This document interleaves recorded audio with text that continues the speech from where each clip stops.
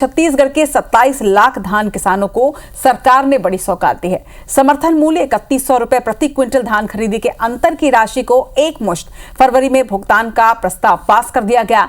Sai cabinet ने इसके अलावा युवाओं, कलाकारों और उद्योगों के हित में भी महत्वपूर्ण फैसले लिए, जिस पर अब सियासत भी गर्मा चुकी है। एक रिपोर्ट आपको दिखाते हैं।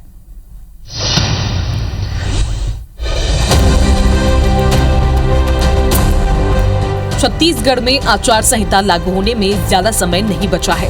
निकाय और पंचायत चुनाव की तारीखों के ऐलान के साथ ही आचार संहिता लागू हो जाएगी। उससे पहले साई कैबिनेट की रविवार को हुई बैठक पर सबकी नजरें थी। साई सरकार ने किसानों, युवाओं और उद्योगों समेत कलाकारों के लिए अहम फैसले किए। राज्य के 27 लाख किसानों से किए गए 31 रुपए प्रति क्विंटल धान के भुगतान का वादा पूरा किया। प्रदेश के किसानों से केंद्र सरकार की ओर से तय 2300 रुपए प्रति क्विंटल की दर से धान खरीदा गया था, जिसके अंतर की राशि 800 रुपए प्रति क्विंटल का भुगतान फरवरी में करने का फैसला लिया गया। हालांकि इस पर सियासत भी गरमाई। कांग्रेस ने सवाल उठाया। जो समर्थन मूल्य की राशि है 2300 रुपए, उसका भुगतान हो रहा है, उसे एक मुश्त फरवरी महीने के दूसरे सप्ताह में किसानों के खाते में जारी किया जाएगा। किसानों को भरोसा नहीं है। अब फिर नगरीय निकाय चुनाव और पंचायत चुनाव है, फिर चुनाव को देखते हुए फिर झूठी आश्वासन दे रहे हैं। तो ये सिर्फ चुनाव को देखते हुए जनता के बीच में, किसानों के बीच में ये भ्रम फैलाने का काम कर रहे हैं।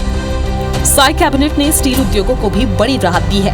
कैबिनेट ने मिनी स्टील प्लांट और उन उद्योगों को जिनके पास कैप्टिव पावर प्लांट नहीं है या 1 मेगावाट से कम क्षमता का है, उन्हें बिजली पर प्रति यूनिट 1 रुपए की छूट देने का फैसला किया है, जो 1 अक्टूबर 2024 से 31 मार्च 2025 तक के लिए लागू होगा।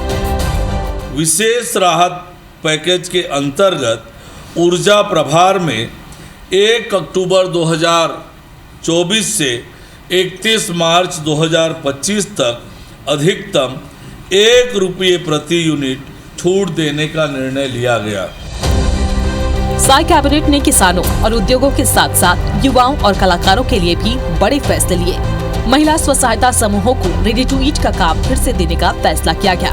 पहले चरण में ये काम 5 जिलों को सौंपा जाएगा। अतिरिक्त धान को ऑनलाइन प्लेटफॉर्म के जरिए नीलाम किया जाएगा। राज्य के जरूरतमंद कलाकारों को 25,000 रुपए की जगह 50,000 रुपए की सहायता दी जाएगी।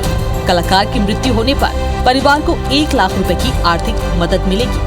छत्तीसगढ़ सरकार ने नेशनल स्टॉक एक्सचेंज के साथ MOU किया है, जिसके तहत छात्रों को वित्तीय बाजार और निवेश का कौशल सिखाया जाएगा। ये प्रशिक्षण हाई स्कूल, हायर सेकेंडरी और कॉलेज के स्टूडेंट्स के लिए होगा। PM आवास योजना के तहत 1,32,000 लाभार्थियों को 3,938 करोड़ रुपए की सहायता दी जाएगी। साफ है, चुनाव आचार संहिता के पहले साई सरकार ने मतदाता के एक बड़े वर्ग पर असर डालने की कोशिश की है। इसमें किसानों से लेकर उद्योगपति, युवा और कलाकार तक शामिल है। अब ये देखना दिलचस्प होगा कि चुनाव में ये दाव कितना काम करता है, कांग्रेस इसे कैसे काउंटर करती है और वोटर इससे कितना प्रभावित होते हैं। राजेश मिश्रा, IBC 24, रायपुर।